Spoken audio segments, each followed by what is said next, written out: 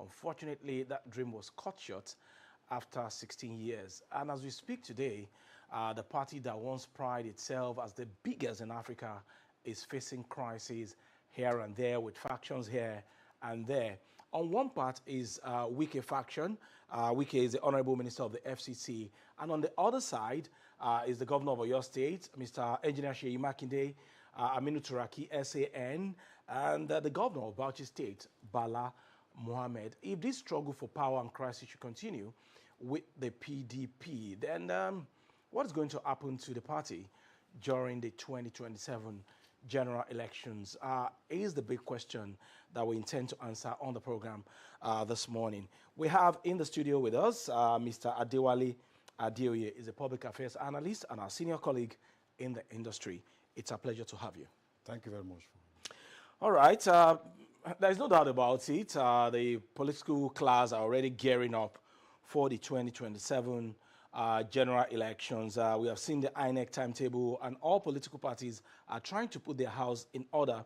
Maybe the proper way to start for us on PDP this morning is for me to have your view on that judgment of Monday from the appeal court, which nullified the Ibadan convention of the PDP.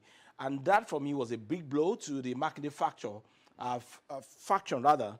And it further positioned Wike as the master of the game. What's your view on that judgment of Monday from the appeal court? Well, I think when a political party is divided into two, politically speaking, and each is of equal strength, politically speaking, even when you go to court and one faction has an upper hand, that's just a legal victory. It is not in itself a political victory. Because those factions are still there. Okay. And the court has no glue to match the two factions. Mere recognition of one faction does not mean the resolution of deep-seated internal contradictions within the party. However, the convention held on November 15 at Ibadan was by a section of the PDP. It was not by the whole. So there is a tendency that the court will not recognize a faction to stand for the whole party. And certain things happened at that convention, where the acting chairman, was asked to hand over to Turaki. And then the National Working Committee was set up with a mandate of 4 years. And I was asking myself, does the PDP expect the National Working Committee to stand in for a substantive, legitimate leadership?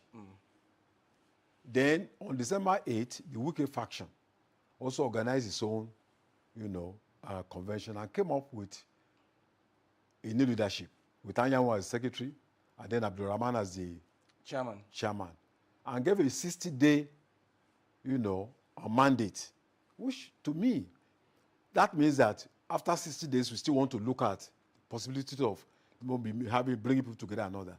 But when you now have a working group that you gave a mandate of 4 years, I think it's a little bit contradictory. So I'm not surprised about the outcome of that, which they have now challenged at the Supreme Court. Yeah. But even if the Supreme Court favors one of the factions, Turaki faction, that does not mean that PDP has resolved its problems.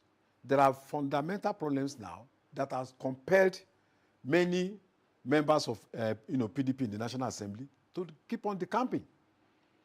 As at now, the number of PDP legislators, senators as at 2023 was 36. Now it has reduced to barely about 14. So the governors in the entire Niger Delta state, they have all gone over to the ruling party. And what that means is this. The Niger Delta is the block that lays the golden egg.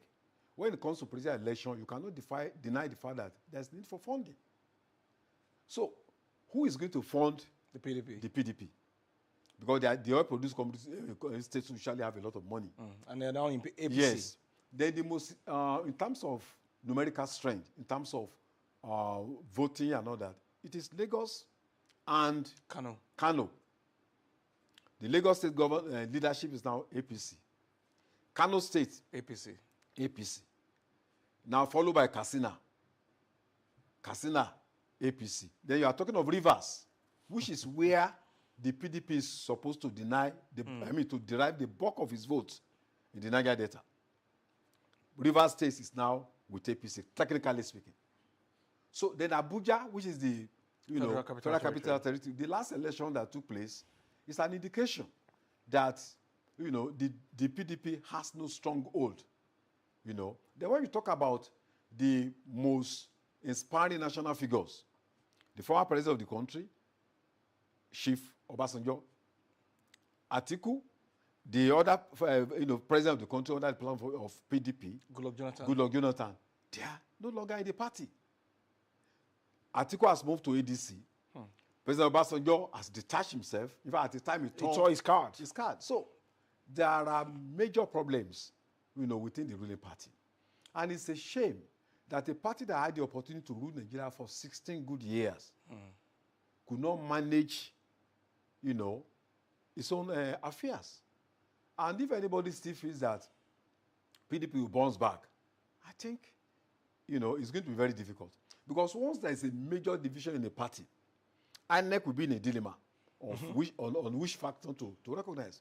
And INEC does not even recognize any of the factions. Yes, and it means that even when you win an election under a particular, belonging to one faction, there is the prospect of dispute, future dispute that will come up based on the legitimacy of the faction, through which you emerge as a candidate.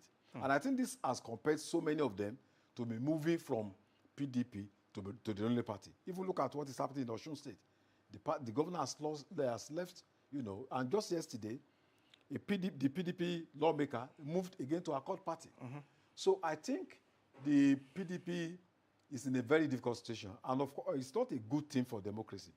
It would have been good to have a viable opposition. But unfortunately, I don't think PDP is in a position, strategically located to serve as a viable opposition to the ruling party. Okay, so with all the problems plaguing the PDP now, should the legal battle continue or common sense should prevail? And if at all common sense should prevail, who should be the gladiators to propose these peace meeting? Because the other time I listened to the governor of Oyo State, Engineer Seyi Makinde, he was still boasting, saying that he doesn't care. Even if they have one governor left, the PDP is still the PDP. And like you rightly pointed out while making your narration a few seconds ago, politics is a game of number. Minority will have their say, majority will have their way. When you look at the figures, it is not adding up for the PDP. 31 against 2 governors.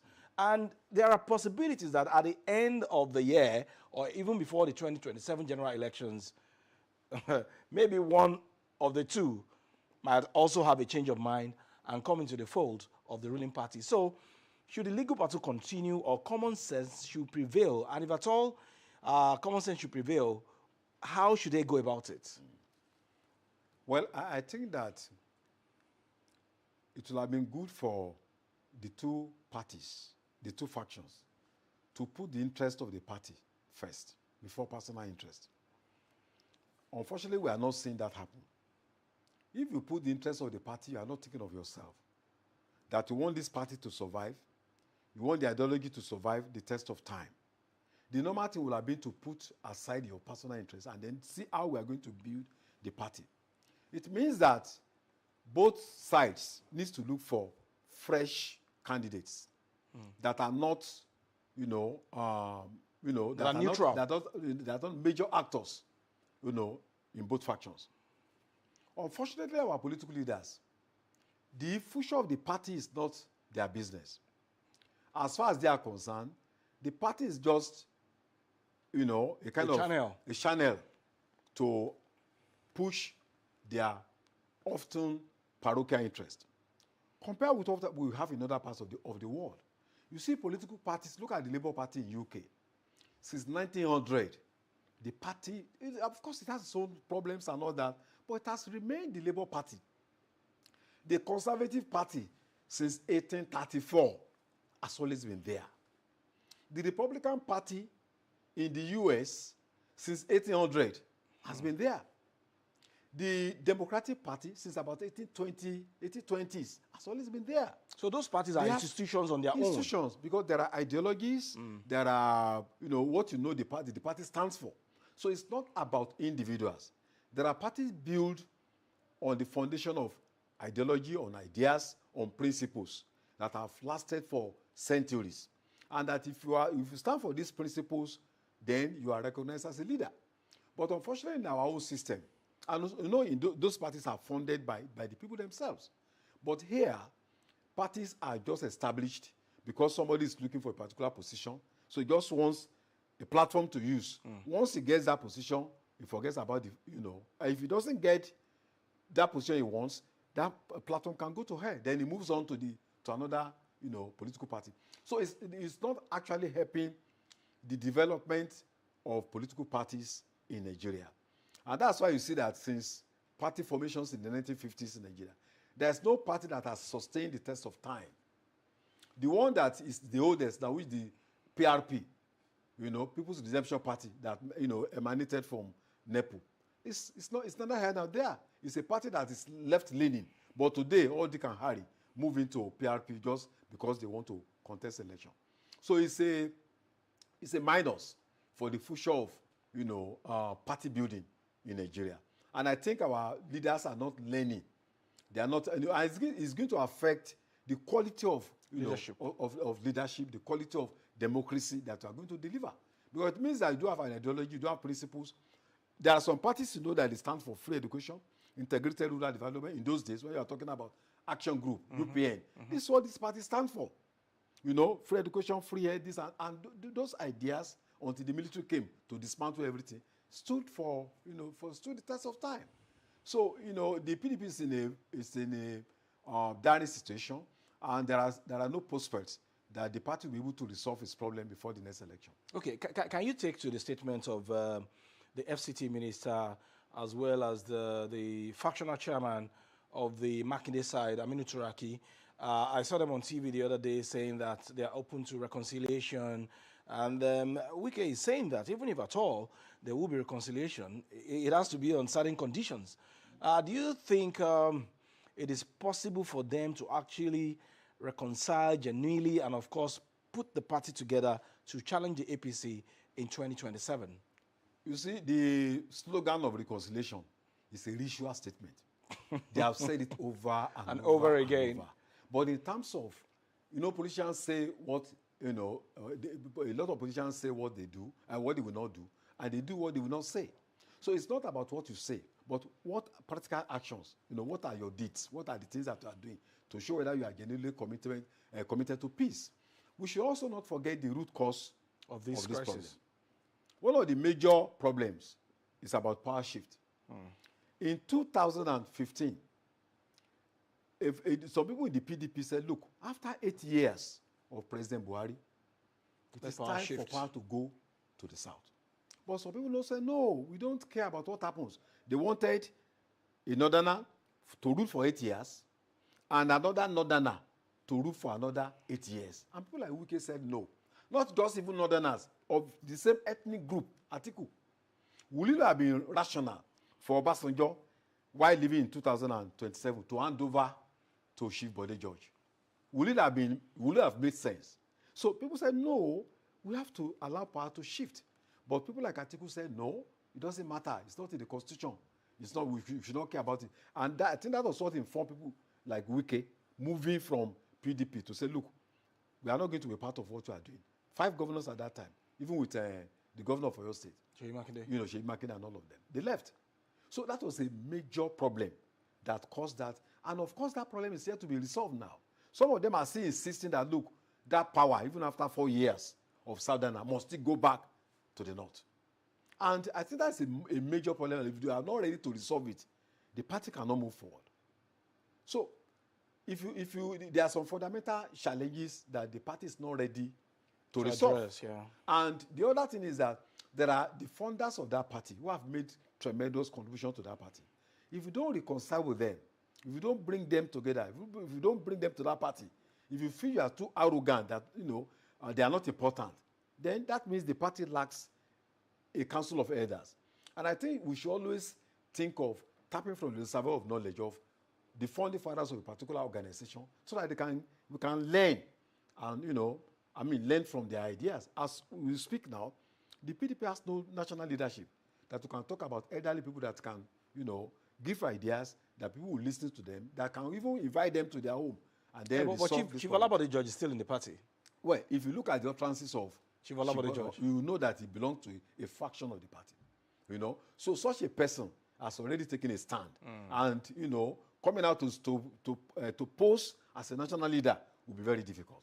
And General Obasanjo that is supposed to do that has been isolated from the party for a very long time. So, and it's unfortunate many of them are moving to other parties, and that shows that the power and the strength of PDP continues to diminish, with the passage of time. Okay, so this particular crisis now, would things have been better if the party had been disciplined enough to sanction some of its erring members? One example is the Honorable Minister of the FCT, who is propagating the agenda of the APC and still claiming that is a member of the PDP. That's anti-party, if you ask me. Do you know what gives him that strength? Before he accepted to serve in the government of APC, he consulted with the PDP leadership. And they gave him the go-ahead. Okay. I even understand that he had a written commitment from the party that he could go and serve under the APC. Under the APC. So, ab initio, the PDP shot itself, in its own stomach. Parties that are serious, after election, the normal thing will have been to go for a retreat. Look at what are the shortcomings, what are the errors that we have made. Then you reconcile with dissenting figures.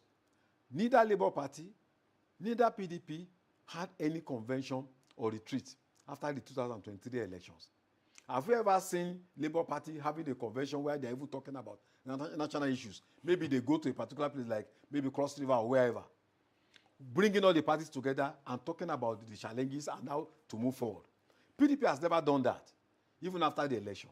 What they did was that they allowed the ruling party to feast on some of its prominent figures. And the party, of course, did that and said, okay, go and form a national government. And, they went to that place and became part and parcel of the ruling party. And then the micro crisis that emerges, many of those states, like in Rivers State, where you had Fubara, who was able to resolve that problem? It was President Ashwaju, President Bola Ahmed Tinubu, that invited the PDP governor. The PDP governor to come and resolve. No, the other governors were just issuing press statements. None of them traveled down to Rivers State to meet them and say, okay, let us resolve this problem. They took sides, and now, to their own shame, Fubara and Wike are now together. To the credit of the APC leadership. So you can see that when you have a party that has no philosophy, you should not expect that party to be able to stand the test of time. In the days of UPN, party formation was a very serious issue. We have people like organizational secretary, people like Bawadi Banjo, who will be going from one place to the other. People are stationed in northern Nigeria, who will be going from one community, talking to people.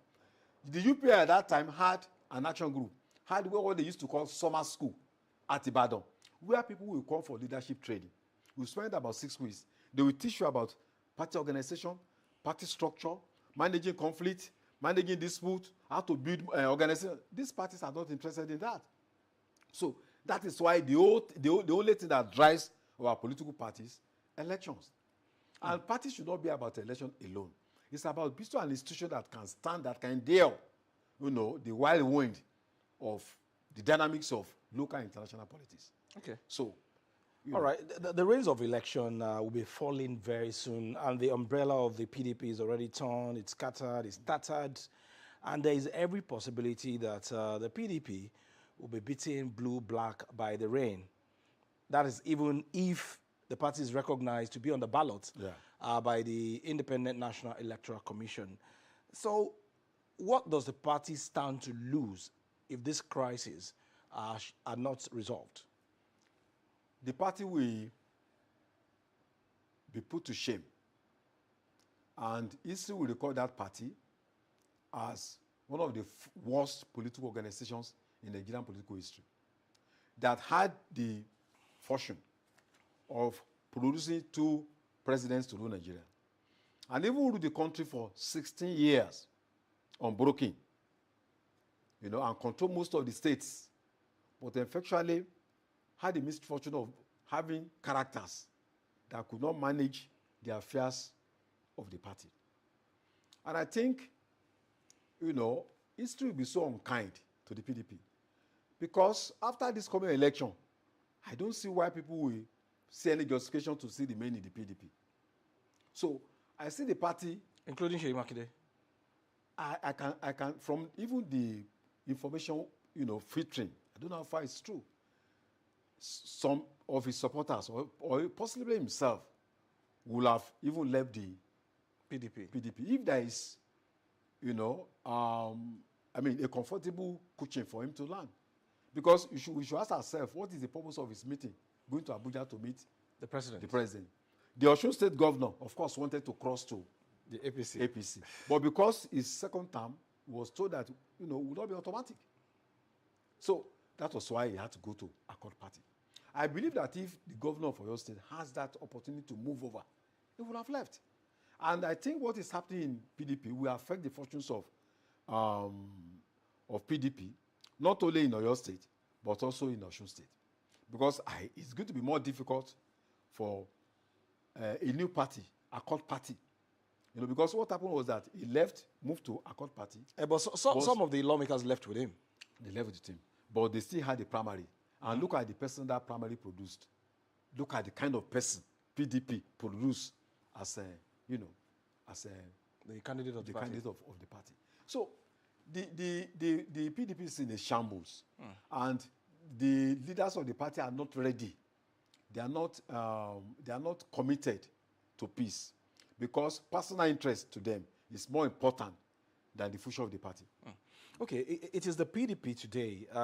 We can never tell what is going to happen tomorrow to other political parties. So what are the lessons therein for the likes of the APC, the ADC, Labour Party, and some other political parties in the country? Because the APC now is enjoying the best of time, having members here and there coming into the fold of the party. And PDP used to be like this before now. But unfortunately, the party has fallen apart now. So what are the lessons therein for the APC, ADC, and other political parties in the country? The future of APC today glows, with beautiful rainbow. That is today. Just like it was for the PDP some years back, as far as 2027, 2028. One cannot predict what will happen to APC if it fails to learn from the dilemma of the PDP. Like I said, the first major faction that left the PDP was in 2014, based on the issue of power rotation. But the APC seems to have an advantage, at least for now, because it's most likely that power will still be retained by APC in the South, at least in 2007 election. In 2027. 2027. After that, there is a strong possibility that party will go to the North. And I believe one of the reasons why many people in the North are joining the APC is that they know that after the next 4 years should be for a Southern candidate.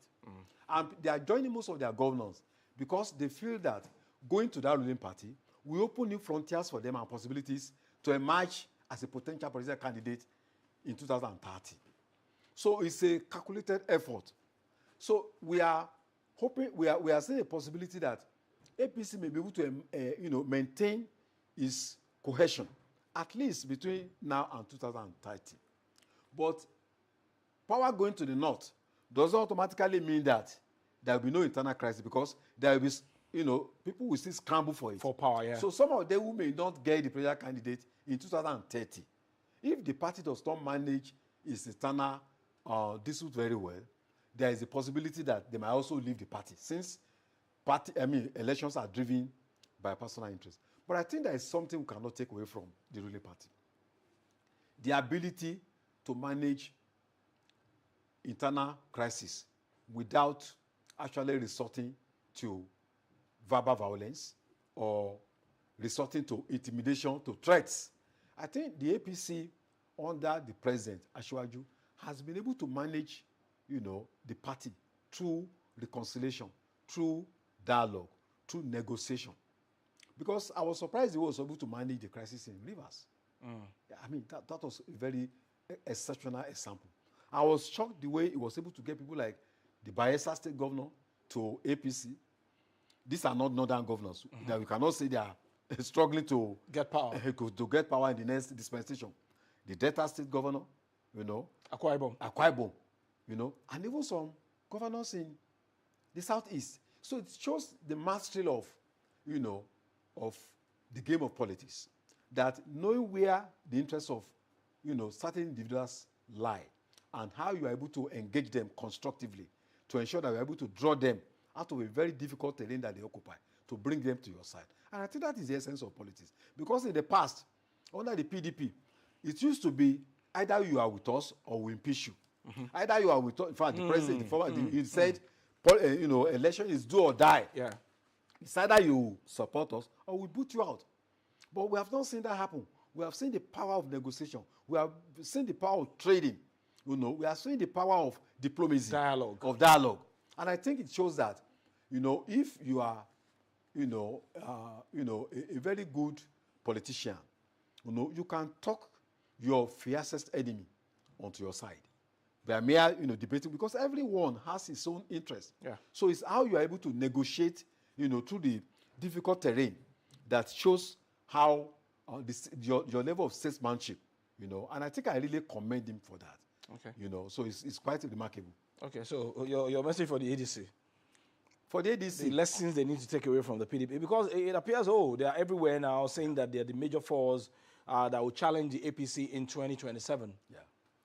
In Oyo State, and I think in Cross River State, at the state level, ADC is having some problems. Yeah. And at the national level, that problem may not come up now, but it may come up sooner, especially when it comes to the presidential primaries. Because we have at least two formidable figures, that want to contest for the presidential election. And even though a third force has yet to emerge, there is the, very strong indication that some people don't want Atiku to emerge as ADC presidential candidate. They may not have, brought out a candidate that will challenge Atiku, but there is a strong indication that a candidate other than Atiku will emerge. So, since what drove them to that party was not about, it was about power. Atiku wanted to be the president at all because he started that race since 1992. So he feels that, look, age is running, age is not on his side, that this might be his last attempt. Yeah, his last attempt.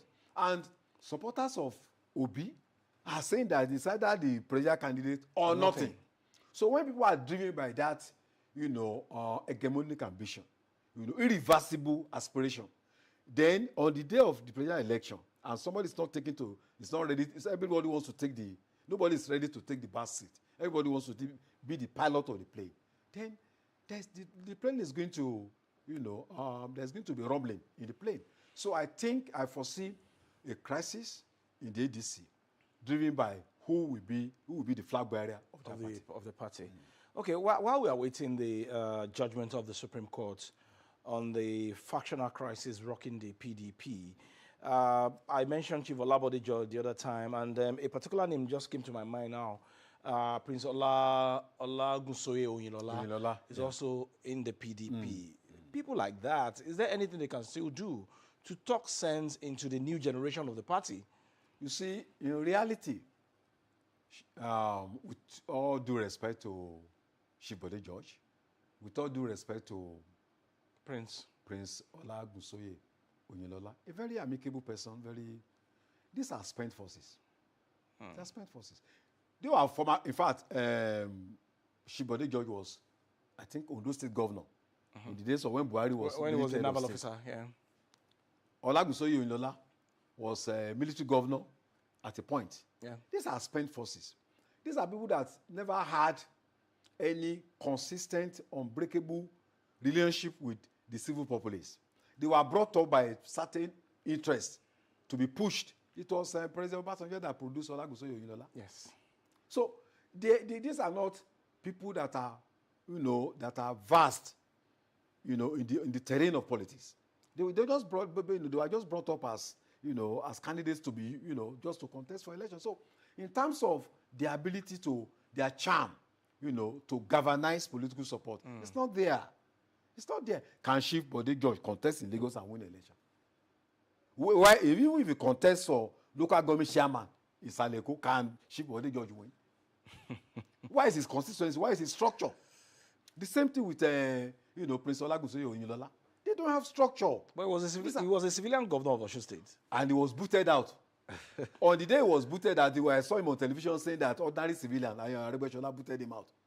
No structure. It was just there. He has the political wits is not there. Being a military person knowing how to shoot does not mean that you are going to be a good politician.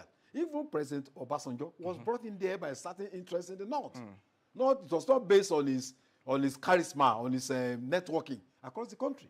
So there are individuals like that. That's why you see that when they get out of power, because the support base is no longer there, they become irrelevant. President Obasanjo, when the election held in 1999, He lost. And what the Southwest people were saying that this man was as good as local government chairman, because he could not win his local government because constituency, but was brought in by the people felt, oh, this one is one of us. We can trust him. He can protect the interests of the North. That was why he was brought in, and they were able to go around across the country and talk to people to come and to present him as a candidate. If the Southwest had been asked to produce a candidate, President Obasanjo would have been about number 100. I like him. He's a lucky man, very intelligent, lucky man, and he has ruled the country twice. But in terms of his networking, his political strength, weight in the Southwest, he's a paper tiger. Wow. Okay, so is there any hope for the PDP, or it's going to be a roller coaster for the APC in 2027? Well, no matter how bad a situation is, a good leader can turn around failure. But which leader can you identify with the PDP now?